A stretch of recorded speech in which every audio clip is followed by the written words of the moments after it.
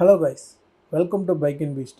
இன்றைக்கி நம்ம வீடியோவில் Yamaha R3யோட வாக் அரவுண்ட் ரிவ்யூ தான் பார்க்க போகிறோம். வாங்க வீடியோக்குள்ளே போகலாம்.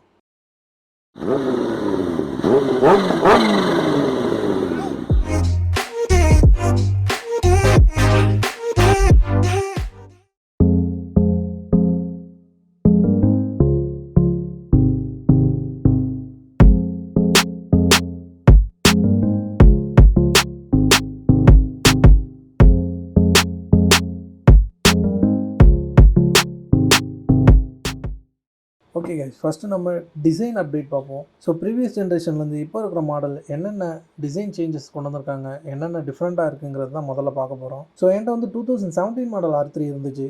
ஸோ அந்த மாடலுக்கும் இப்போ இருக்கிறதுக்கும் என்னென்ன டிஃப்ரெண்ட் ஆகிருக்குன்னு பார்க்கலாம். ஸோ ப்ரீவியஸ் ஜென்ரேஷனில் வந்து பார்த்திங்கன்னா லுக்கு ரொம்பவே சேஞ்ச் ஆகிருக்கு. பட் ஆனால் அது ஒரு கம்ப்ளீட்லி நியூ டிசைன் கிடையாது. நமக்கு ப்ரீவியஸ் வெர்ஷனோட கம்பேர் பண்ணிச்சில் பார்த்தீங்கன்னா இதோட ஃபேரிங்ஸ் சேஞ்ச் ஆகிருக்கு, ஃப்ரண்ட் லுக் கண்டிப்பாக சேஞ்ச் ஆகிருக்கு, அண்ட் டேங்க் வந்து கொஞ்சம் ஹியூஜான டேங்க் கொடுத்துருக்காங்க. பட் அந்த ரியர் வியூ பார்த்தீங்கன்னா சீட்டு அதெல்லாம் பார்த்தீங்கன்னா எக்ஸாக்டாக ப்ரீவியஸ் ஜென்ரேஷன் மாதிரி தான் இருக்குது. ஆல்சோ எக்ஸாஸ்ட்டாக இருக்கட்டும், அலாய் வீல்ஸாக இருக்கட்டும், அதெல்லாம் வந்து ப்ரீவியஸ் ஜென்ரேஷன்லேருந்து தான் அப்படியே கேரி ஃபார்வர்டு இருக்குது. ஸோ டிசைன் அப்டேட் பார்த்தீங்கன்னா 50-50 சொல்லலாம். 100% சேஞ்ச் ஆகலை, ஒரு 50% ப்ரீவியஸ் ஜென்ரேஷன் வந்து சேஞ்ச் ஆகிருக்கு. ஸோ ப்ரீவியஸ் ஜென்ரேஷன் R3 பார்த்தீங்கன்னா கொஞ்சம் யூனிக்கான டிசைனாக இருக்கும். இந்த நியூ மாடல் R3 பார்த்தீங்கன்னா R1லேருந்து டிசைன் இன்ஸ்பயர் பண்ணியிருக்கதா சொல்லியிருக்காங்க. ஸோ எனக்கு ப்ரீவியஸ் ஜென்ரேஷனோட டிசைனும் பிடிக்கும், இந்த நியூ ஜென்ரேஷனுமே நல்லா தான் இருக்குது. ஸோ உங்களுக்கு ப்ரீவியஸ் ஜென்ரேஷன் பிடிச்சிருக்கா, நியூ ஜென்ரேஷன் பிடிச்சிருக்காங்கிறத கமெண்ட்டில் சொல்லுங்கள். ஸோ இப்போ பைக்கோட ஃப்ரண்ட் வியூ பார்க்கலாம். ஸோ இதான் இந்த பைக்கோட ஃப்ரண்ட் வியூ ரொம்ப இம்ப்ரெசிவாகவே இருக்குது. ஃப்ரண்ட்டில் பார்த்தீங்கன்னா ஒரு 2 LED ஹெட்லைட்ஸ் கொடுத்துருக்காங்க. ஸோ இந்த பைக்கோட வைசர் பார்த்தீங்கன்னா நல்லா ஸ்போர்ட்டியாகவே இருக்குது. அண்ட் பார்த்தீங்கன்னா ஒரு ஃபோல்டபுள் மிரர்ஸ் கொடுத்துருக்காங்க. ஸோ இந்த டைம் பார்த்தீங்கன்னா Yamaha இண்டிகேட்டர்ஸ் எல்இடியில் கொடுத்துருக்காங்க. ஸோ நெக்ஸ்ட்டு பைக்கோட ஃப்ரண்ட் டயர் சைஸ் பார்க்கலாம். 110/70 R17. ஸோ 17 இன்ச்சஸ் வீலோட ஃப்ரண்ட் டயர் கொடுத்துருக்காங்க. நெக்ஸ்ட்டு ஃப்ரண்ட் சஸ்பென்ஷன் பார்க்கலாம். ஸோ ப்ரீவியஸ் ஜென்ரேஷன் பார்த்தீங்கன்னா கன்வென்ஷனல் ஃபோக் தான் இருக்கும், இதில் வந்து USD ஃபோக்ஸ் யூஸ் பண்ணியிருக்காங்க. ஸோ ஒரு 37 mm அப்சைட் டவுன் ஃபோக்ஸ் வந்து இந்த பைக்கில் யூஸ் பண்ணியிருக்காங்க. ஸோ நெக்ஸ்ட் இந்த பைக்கோட ஃப்ரண்ட் பிரேக் பார்க்கலாம். 298 mm டிஸ்க் கொடுத்துருக்காங்க ஃப்ரண்ட்டில் வித் 2 piston கேலிப்பர். அண்ட் இந்த பைக் வந்து டியூவல் சேனல் ABS-ஓட வருது. நெக்ஸ்ட்டு நம்ம இந்த பைக்கோட ரியர் டிசைன் பார்க்கலாம். ஸோ பின்னாடி இருந்து பார்க்கும்போது ரொம்ப ஷார்ப்பான லுக்கில் இருக்குது. ஸோ இந்த பைக்கில் பார்த்தீங்கன்னா LED tail light and LED indicators கொடுத்துருக்காங்க. ஸோ நெக்ஸ்ட்டு ரியர் டயர் பார்த்தீங்கன்னா 140 செக்ஷன் யூஸ் பண்ணியிருக்காங்க. 140/70 R17 17 இன்ச்சஸ் வீலோட இருக்குது. ஸோ நெக்ஸ்ட் இந்த பைக்கோட ரியர் சஸ்பென்ஷன் பார்த்தீங்கன்னா மோனோக்ராஸ் சஸ்பென்ஷன் கொடுத்துருக்காங்க. அண்ட் நெக்ஸ்ட்டு ரியர் பிரேக் பார்ப்போம். ரியர் பிரேக் பார்த்தீங்கன்னா ஒரு 220 mm டிஸ்க் யூஸ் பண்ணியிருக்காங்க, சிங்கிள் பிஸ்டன் கேலிப்பரோட. அண்ட் ஆல்ரெடி சொன்ன மாதிரி இந்த பைக் டியூவல் சேனல் ABS-ஓட வருது. ஸோ நெக்ஸ்ட் இந்த பைக்கோட சைட் டிசைன் பார்க்கலாம். ஸோ சைட்லேருந்து பார்க்கும்போது ஆஸ் யூஷுவல் அந்த டேங்க் தான் நம்மளை அட்ராக்ட் பண்ணுது.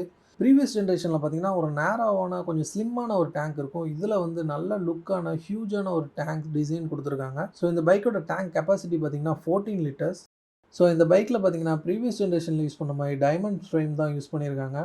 ஸோ நெக்ஸ்ட் இந்த பைக்கோட சீட் பார்க்கலாம். சீட் பார்த்தீங்கன்னா 2 சீட்டுமே நல்லா ஒய்டாக இருக்குது. ஸோ ரைடர் சீட் பார்த்தீங்கன்னா நல்லா ஒய்டாக நிறைய ஸ்பேசியஸாகவே இருக்குது. பில்லியன் சீட் பார்த்தீங்கன்னா மெயினாக ஃப்ளாட்டாக கொடுத்துருக்காங்க. ஸோ மற்ற ஸ்போர்ட்ஸ் பைக்கை கம்பேர் பண்ணும்போது பில்லியன் சீட்டு கொஞ்சம் பெட்டராக தான் இருக்குது. ஸோ இந்த பைக்கோட சீட் ஹைட் பார்த்தீங்கன்னா 780 mm. இது வந்து 800 mm கம்மியாக இருக்கிறதுனால ஷார்ட்டர் ரைடர்ஸ்க்கு கூட ரொம்ப கம்ஃபர்டபுளாக இருக்கும். நெக்ஸ்ட் இந்த பைக்கோட எக்ஸாஸ்ட் டிசைன் எதுவுமே சேஞ்ச் பண்ண மாதிரி தெரியல, ப்ரீவியஸ் ஜென்ரேஷனில் இருக்க அதே டிசைன் தான் யூஸ் பண்ணியிருக்காங்க.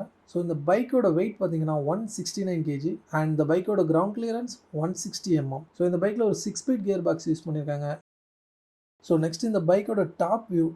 டாப்லேருந்து பார்க்கும்போது ஃபஸ்ட்டு நோட்டீஸ் பண்ணுறது நம்ம அந்த ஹேண்டில் பார் தான். ஸோ இந்த ஹேண்டில் பாரோட டிசைன் பார்த்தீங்கன்னா Yamahaவோட M1 இன்ஸ்பயர் பண்ணி டிசைன் பண்ணியிருக்கிறதா சொல்கிறாங்க. ஸோ இதில் கிளிப்பான ஹேண்டில் பார் கொடுத்தாலுமே இதோட ரைடிங் பொசிஷன் ரொம்ப அக்ரெசிவாக இருக்காது, ஸ்போர்ட்ஸ் டூரருக்கு எப்படி இருக்குமோ அந்த மாதிரி தான் இருக்கும்.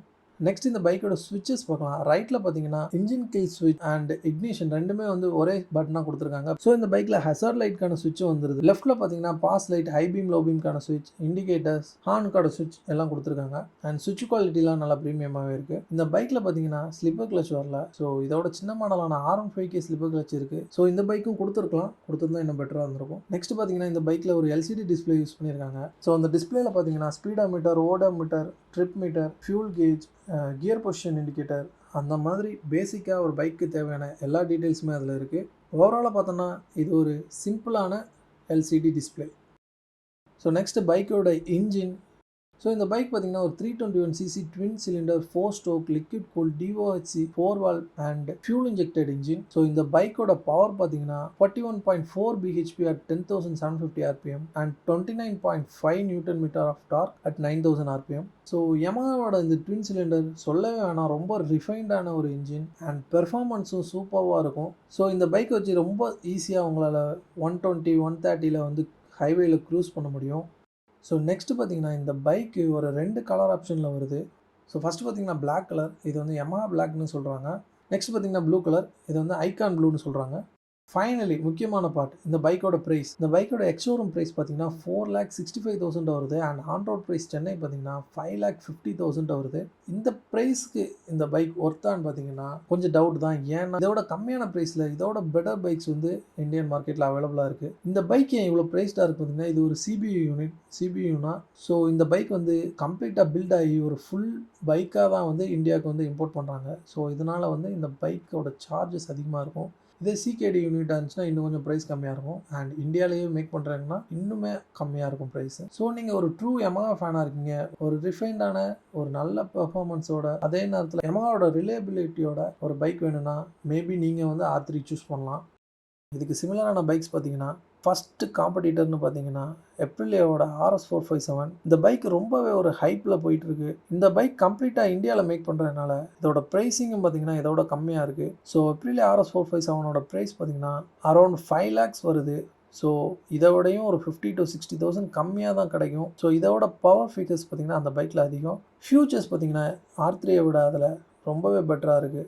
நெக்ஸ்ட் பைக் பார்த்தீங்கன்னா கவாசகியோட நிஞ்சா 500. இந்த பைக் பார்த்தீங்கன்னா அரௌண்ட் 6 lakh வந்துருது. இந்த பைக்கும் பார்த்தீங்கன்னா R3யோட பவர் அதிகமாக தான் இருக்குது, ப்ரைஸ் ஆல்சோ அதிகமாக இருக்குது. ஸோ இதை கன்சிடர் பண்ணலாமாங்கிறத நீங்கள் யோசிச்சுக்கோங்க. And the last option Kawasaki Ninja 300. எனக்கு தெரிஞ்ச நிஞ்சா 300 தான் R3க்கு ஒரு பெர்ஃபெக்டான காம்படிட்டர்னு சொல்லலாம். பட் நிஞ்சா 300 பார்த்தீங்கன்னா கொஞ்சம் அவுடேட்டடாக ஃபீல் ஆகுது. அதே பழைய டிசைனோட ஒரு சீப்பான 300cc ட்வின் சிலிண்டர் பைக் பார்த்தீங்கன்னா நிஞ்சா 300 தான் ஒரு பெஸ்ட் ஆப்ஷன். ஸோ இதோட ப்ரைஸ் பார்த்தீங்கன்னா அரௌண்ட் 4 lakhs வருது அண்ட் இதோட பவர் பார்த்தீங்கன்னா 38 horsepower வருது. R3யோட கொஞ்சம் பவர் ஃபிகர் கம்மியாக இருந்தாலும் இந்த பைக்கோட engine refinement and right quality நல்லாவே இருக்கும். அண்ட் இந்த லிஸ்ட்டில் பார்த்தீங்கன்னா கேடிஎம்மோட RC390 BMW G310 இல்லை அப்பாச்சியோட RR310 ஆட் பண்ணலை. பிகாஸ் அதெல்லாம் ட்வின் சிலிண்டர் கிடையாது, ஒரு சிங்கிள் சிலிண்டர் பைக். அதோட ப்ரைஸ் பார்த்தீங்கன்னா இதோட ரொம்பவே கம்மியாக தான் வரும். அதனால் அதை இந்த கம்பேரிஷனில் ஆட் பண்ணலை. ஸோ உங்களுக்கு இந்த லிஸ்ட்டில் எது பெட்டராக இருக்குது, எந்த பைக் R3க்கு ஒரு காம்படிஷன் கொடுக்கும்னு நினைக்கிறீங்க, இல்லை R3யோட இந்த பைக் பெட்டராக இருக்குன்னா எந்த பைக்னு சொல்லுவீங்க, கமெண்ட்டில் சொல்லுங்கள். ஸோ ஃபைனலி இந்த வீடியோவோட எண்டுக்கு வந்துட்டோம். ஸோ இந்த வீடியோவோட கன்க்ளூஷனாக நான் சொல்கிறது என்னென்னா, எப்ரிலியாவோட RS457 இதோட ப்ரைஸ் வைஸ் ரொம்பவே பெட்டரான ஒரு வேல்யூ ஃபார் மணி பைக்காக இருக்குது. அண்ட் ஓவரால் கம்பேர் பண்ணச்சில் எனக்கு எப்ரிலியாவோட RS457 R3யை விட ஒரு பெட்டர் ஆப்ஷனாக இருக்கும்னு தோணுது. ஸோ ஒரு 300cc கேட்டகரியில் ஒரு ட்வின் சிலிண்டரோட ஒரு பைக் பார்க்குறீங்க, அதுவும் யமஹா மாதிரி ஒரு ரிலேபிளான ஒரு பிராண்ட்லேருந்து தான் வேணும்னா அப்போது வந்து நீங்கள் R3யை வந்து டெஃபினெட்லி சூஸ் பண்ணலாம். உங்களோட ஃபேவரட் இதில் எது கமெண்ட்டில் சொல்லுங்கள். இதோட இந்த வீடியோவை முடிச்சுக்கலாம். நெக்ஸ்ட் நம்ம இன்னொரு பைக்கில் இன்னொரு ரிவ்யூவில் இல்லைன்னா இன்னொரு ரைடில் நம்ம மீட் பண்ணலாம். அது வரைக்கும் பாய் பைக் அண்ட் பீஸ்ட்.